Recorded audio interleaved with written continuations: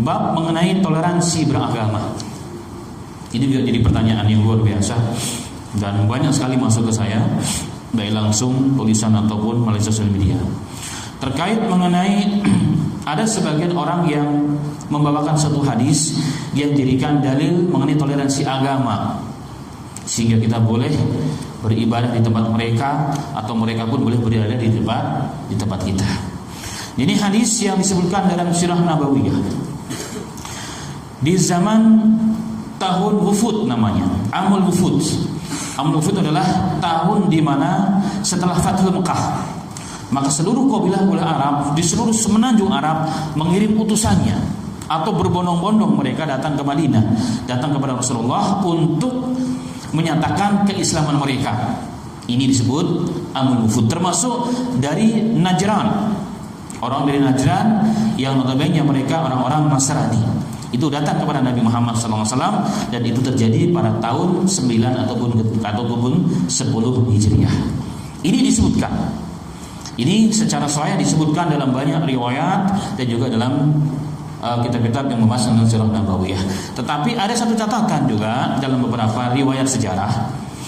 Nah, ini menjadikan dalil bahwa ketika datang dari wufud Bani Najran, ketika datang wufud dari Bani Najran, di mana mereka adalah para pembesar tokoh agama Nasrani.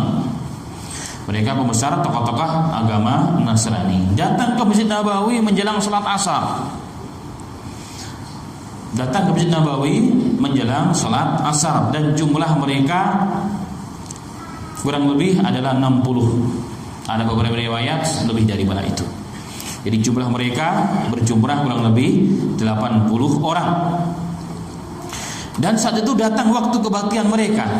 Datang waktu kebaktian, jadi ibadah Nasrani tersebut, sedangkan mereka berada di Masjid Nabawi. Kemudian mereka mulai beribadah menghadap ke timur.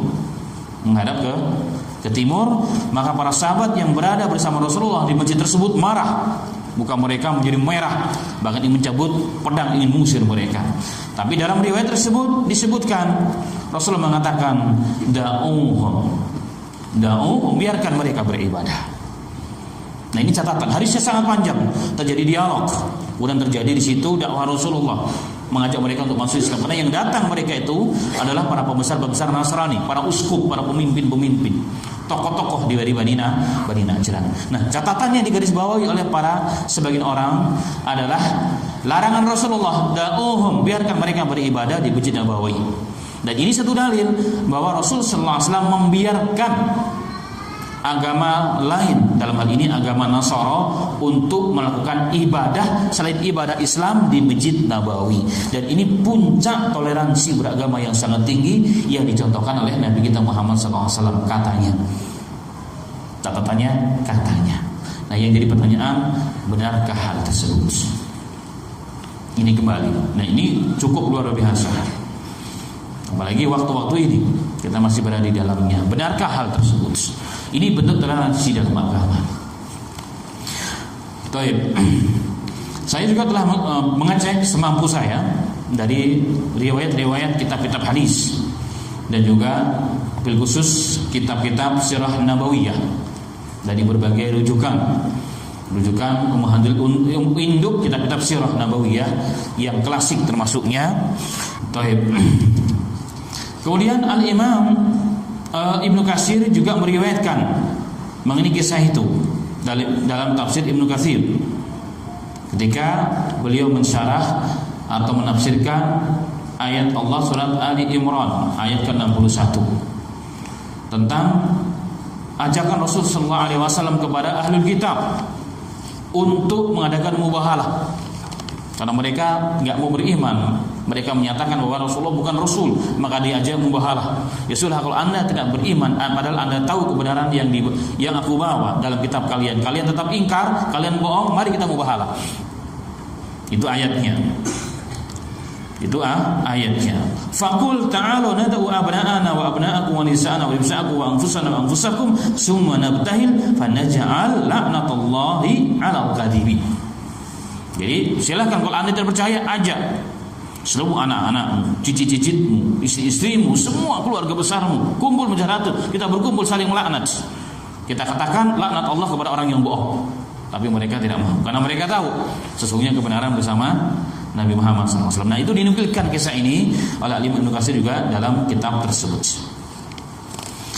Baik. Kemudian ma'asal muslimin rahimani wa rahimakumullah. Ternyata hadis itu diriwayatkan dengan hadis mursal. Hadis mursal. Muhammad bin Ja'far bin Zubair bin Awam al-Asadi siqatun walakin lam yalqa ahadan min as-sahabah. Seorang rawi yang bernama Muhammad bin Ja'far bin Zubair bin Awam al-Asadi, orang yang siqat. Tapi dia tidak berjumpa dengan sahabat. Jadi bukan tabi'in. Tapi dia langsung meriwayatkan kepada Rasul. Dan ini tidak diperbolehkan. Hadisnya menjadi dhaif. Begitulah yang disebutkan al-Imam Ibnu Hajar Asqalani. Ibnu Hajar Asqalani dalam kalimah Takribut Tahdhib atau Takribut Tahdhib. Jadi disebutkan dengan jelas bahwa beliau tidak berjumpa dengan salah seorang pun dari kalangan para sahabat. Kemudian sekali lagi Al-Imam Ibnu Katsir juga menyebutkan hal tersebut, dan beliau juga mengisyaratkan tentang lemahnya riwayat ini. Begitu juga Al-Imam Imam Ahmad bin Hanbal juga menyebutkan mengenai salah seorang riwayat di sini seorang mudallis. Berarti kesimpulannya hadis tersebut dhaif. Hadisnya juga dhaif. Jadi secara umum keberadaan Bani Najran datang ke Rasulullah ke masjid itu sahih dalam riwayat yang lain. Tetapi ada tambahan di mana mereka beribadah, mengadakan kebaktian ibadah di dalam Masjid Nabawi itu. Dan ketika sahabat melarang mereka, Rasulullah mengatakan biarkan mereka. Itu teks inilah yang merupakan tambahan, ini yang didhaifkan. Tapi datangnya sekali lagi kaum Bani Najran, perwakilan tokoh-tokohnya itu sahih. Disebutkan dalam hampir seluruh riwayat terutama yang membahas mengenai Amul Wufud, tahun di mana banyak kedatangan para utusan dari kabilah-kabilah Arab, itu sahih. Tapi tambahan yang tadi itu sekali lagi lemah. Dan hadisnya juga dikatakan oleh sebagian yang lain fi inqita', berarti ada terputus, dan itu merupakan sebab lemahnya hadis tersebut.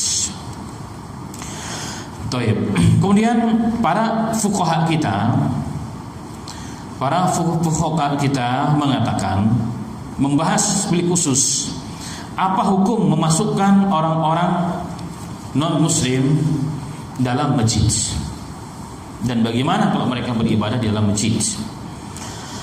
Para ulama mengatakan in sahih hadis, jika hadisnya sahih yang tadi, jika hadisnya sahih, maka itu dalil dibolehkannya. Diisyaratkan juga oleh Imam Ibnu Qayyim juga sesungguhnya. Beliau cenderung kepada hal tersebut sahih. Al-Imam Yusuf Qaradawi juga mensahihkan, membolehkan, karena mensahihkan hadis tersebut sebenarnya itu menjadi catatannya. Nah, orang yang mensahihkan hadis tersebut membolehkan. Tetapi catatan kebolehan di situ tidak secara mutlak. Tidak kapan saja, di mana saja, setiap waktu, tidak. Tapi dengan catatan inda hajatin masah, saat dalam kondisi sangat darurah, itu diperbolehkan, sangat darurah. Dan yang kedua, ada kemaslahatan. Mereka boleh datang ke masjid, bahkan boleh di sana beribadah, tetapi ada kemaslahatan untuk menjadi sebab sarana untuk mendakwai mereka kepada Islam, atau mereka datang ke masjid untuk bertanya mengenai Islam, sebagaimana yang terjadi hari ini di kota-kota besar di wilayah negara-negara yang mayoritas non muslim, Eropa dan Amerika. Hampir setiap hari orang-orang non muslim berbondong-bondong ke masjid sambil beribadah di masjid, tapi mereka datang untuk mencari kebenaran mengenai Islam, sehingga dibolehkan. Kenapa? Ada tujuan, kemaslahatan yang sangat diperlukan, dan ada hikmah, yaitu bisa mengajak mereka menyampaikan Islam yang sebenarnya kepada mereka.